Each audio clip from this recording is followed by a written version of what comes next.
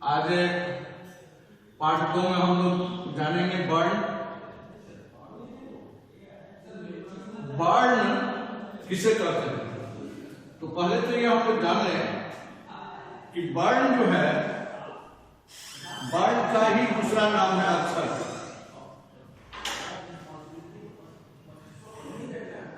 हम सभी जानते हैं कि अ माने होता है नहीं, अक्षर माने नाश, अर्थात उसमें परिवर्तन, यानी वर्ण को ही हम अक्षर कहते हैं, अक्षर को ही वर्ण कहा जाता है।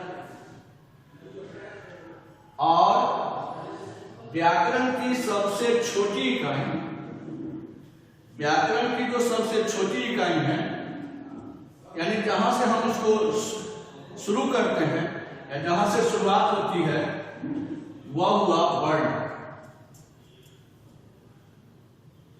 वर्ण उस सार्थक, सार्थक का अर्थ हुआ मीनिंगफुल, जिसका कुछ अर्थ निकले। वर्ण उस सार्थक ध्वनि को कहते हैं जिसे विभाजित नहीं किया जा सकता, अर्थात इसे बांटा नहीं जा सकता। हम इसको एक निश्चित सीमा के बाद इसको डिवाइड नहीं कर सकते, बांट नहीं सकते, तोड़ नहीं सकते। जैसे हम लोग क लेते हैं, क का जो शेप है, क हलन जोड़ अ, लेकिन अगर हम इसको व हलन जोड़ अ करें तो इसका जो मूल ध्वनि था वह क, और ये हो गया वह। यहां पर जो इसका मूल ध्वनि था वह नहीं रहा, इसलिए यह वर्ण होते हुए भी वर्ण के अंतर्गत नहीं आता। क्यों? क्योंकि हम लिखना शुरू किए थे, क को तोड़े थे। फिर से एक बार, वर्ण सार्थक मूल ध्वनि को कहते हैं जिसे विभाजित नहीं किया जा सकता। वर्ण के भेद जो है वह मुख्य रूप से दो है। एक और जाने हम लोग, पहला हो गया स्वर वर्ण, दूसरा हो गया व्यंजन वर्ण, एक और है तीसरा कह सकते हैं जो है अयोगवाह। अयोगवाह। अब हम जाने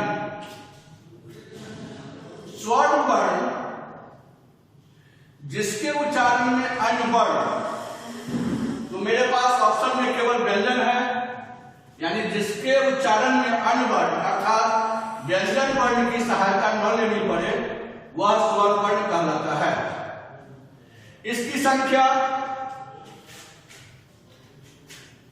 11 है। देखें, अ, आ, ह्रस्व ई, दीर्घ ई, ह्रस्व उ, दीर्घ उ, री, ए,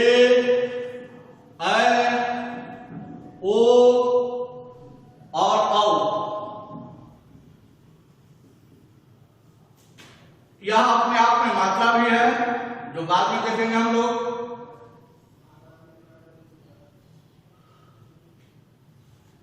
अब इसके भेद, यानी स्वर वर्ण के भेद,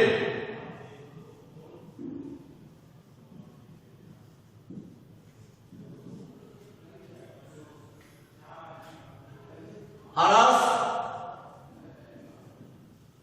दीर्घ, प्लुत।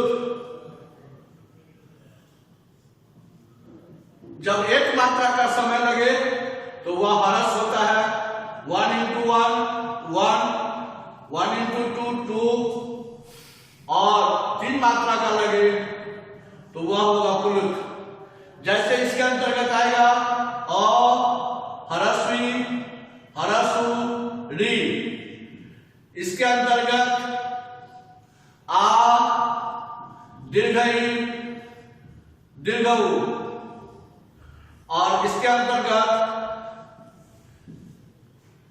दो स्वर के मिलने के कारण प्लुत हुआ। जैसे हम लोग ओम लिखते हैं, अ उ म हलन, यहां पर अ जोड़ उ हुआ। इस प्रकार से ये हो गया। एक है जिसको यहां पर ये देख सकते हैं कि कुछ लोग प्लुत को ही संयुक्त स्वर कहते हैं, लेकिन अंतर देखिए संयुक्त स्वर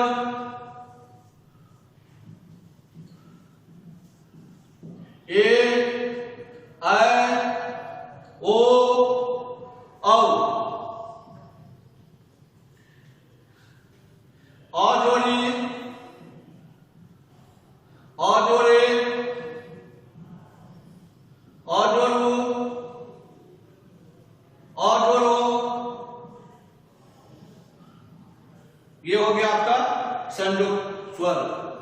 यानी हम लोग अभी स्वर वर्ण के बारे में जाने। स्वर वर्ण किसे कहते हैं, उसकी संख्या कितनी है 11, जो आप यहां देख रहे हैं। फिर इसको हम भेद किए, भेद में हमने 3 दिखाया, ह्रस्व स्वर, दीर्घ स्वर और प्लुत। ह्रस्व स्वर जिसमें एक मात्रा का समय लगे वो ह्रस्व स्वर, इसकी संख्या हो गई 4। ह्रस्व से दुगुना वाला ये हो गया दीर्घ, इसमें हो गया 3। और 4 जो है जो बच गया वह संयुक्त स्वर हुआ, यह 4 है। इस प्रकार से 11 हो गए स्वर वर्ण। प्लुत अ उ और म हलन मिलके प्लुत बना, यह इसका अलग योग हुआ। अब व्यंजन, एक और जहां स्वर वर्ण की सहायता अपने आप होती है, अन्य वर्ण की सहायता नहीं लेनी पड़ती, वहीं यह जो व्यंजन है इसका उच्चारण बिना स्वर की सहायता से संभव ही नहीं है। यानी जब तक हम इसमें स्वर नहीं जोड़ेंगे तब तक व्यंजन वर्ण का उच्चारण नहीं होगा। इसको अगर डिफाइन करना है तो हम इस प्रकार बोल सकते हैं, लिख सकते हैं, सुन सकते हैं कि जिसके उच्चारण में स्वर वर्ण की सहायता लेनी पड़े वह वर्ण विशेष जो होगा वह व्यंजन वर्ण कहलाता है। इसकी संख्या को भी हम लोग देखेंगे। पहले भेद, भेद जो है इसका 3, पहला हो गया स्पर्श, इसकी संख्या 25 होती है। इसके अंतर्गत कवर्ग, चवर्ग, टवर्ग, टवर्ग और पवर्ग आता है।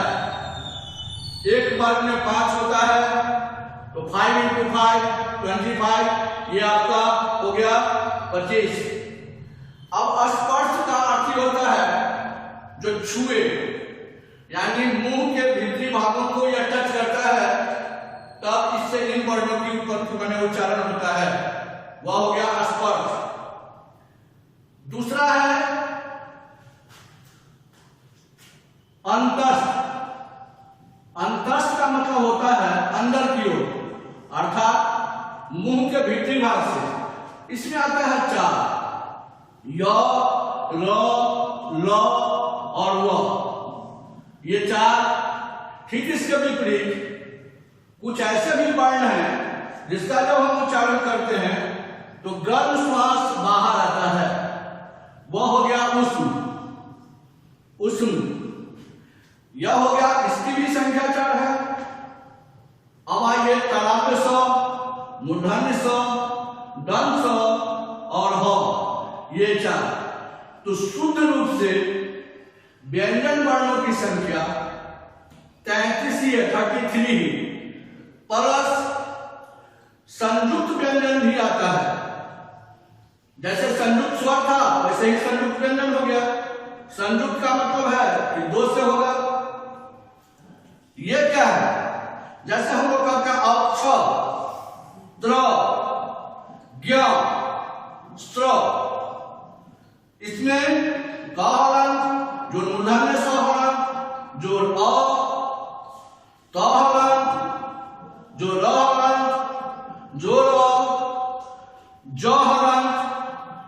जोड़ य, जोड़ अ, फिर तालाबे सहरण, जोड़ र हरण, जोड़ अ। इस प्रकार हमने देखा कि दो असमान व्यंजन वर्णों के मेल से बनने वाला शब्द वर्ण वह कहलाता है संयुक्त व्यंजन। अब अगला है द्वित्व व्यंजन। यह क्या है? द्वित्व व्यंजन, द्वित्व व्यंजन, द्वित्व व्यंजन का मतलब हुआ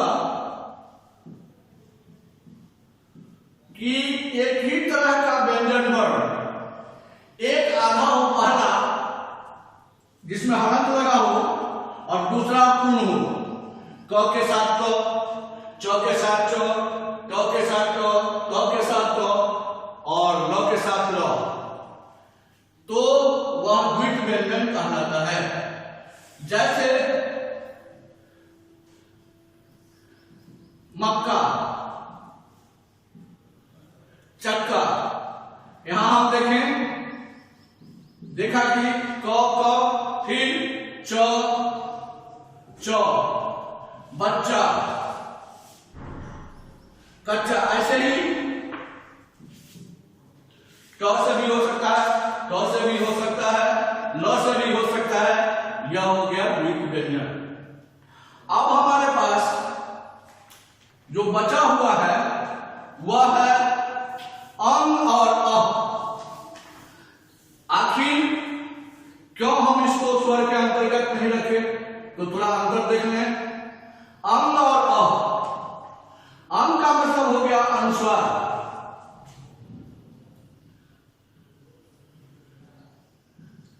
जिसका साइन है, और अ का मतलब हो गया विसर्ग। इसका उच्चारण ह की तरह लगता है, ह होता नहीं है, या ह के स्थान पर हम इस विसर्ग को नहीं लिख सकते हैं। अनुस्वार प्रत्येक वर्ग का जो पंचम वर्ण है, अंग, य, अर, न और म, उसके जगह पर इसका अनुस्वार का प्रयोग होता है। इस प्रकार यह न तो पूर्ण रूपेण स्वर है न व्यंजन, इसलिए हम इसको अयोगवाह कहते हैं। विसर्ग, इसका प्रयोग संस्कृत के तत्सम शब्द में होता है। तत्सम शब्द में शब्द भेद के अंतर्गत ये भेद आता है। तत्सम, प्रभव, देशज और विदेशक, जो आगे हम लोग देखेंगे। जैसे हम कहें प्रातः, राम, ये सब जो है चंद्र, चंद्र, ये सब संस्कृत के तत्सम शब्द है जहां पर विसर्ग का प्रयोग किया गया है। यह साबित करता है कि अंग और अ न तो पूर्ण रूपेण स्वर है न पूर्ण रूपेण व्यंजन, इसीलिए एक अन्य भेद के रूप में हमने इसको अयोगवाह। अब आइए अनुनासिक। अनुनासिक,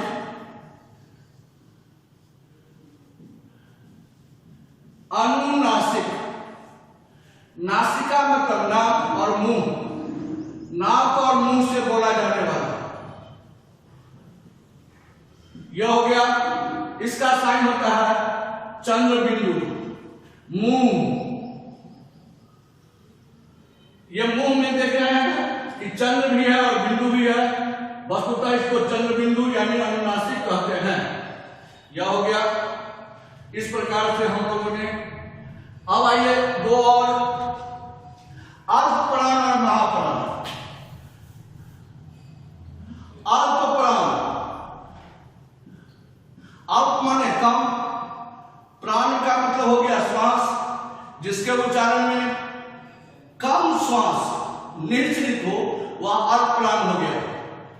135 यानी क, ग, अंग, प्रत्येक वर्ग का पहला, तीसरा और पांचवा, यह हो गया अल्पप्राण प्लस अंतस्थ, यानी य, र, ल, व इतने वर्णों का को हम अल्पप्राण कहते हैं। महाप्राण जिसमें ज्यादा श्वास बाहर निकले वह महाप्राण हो गया।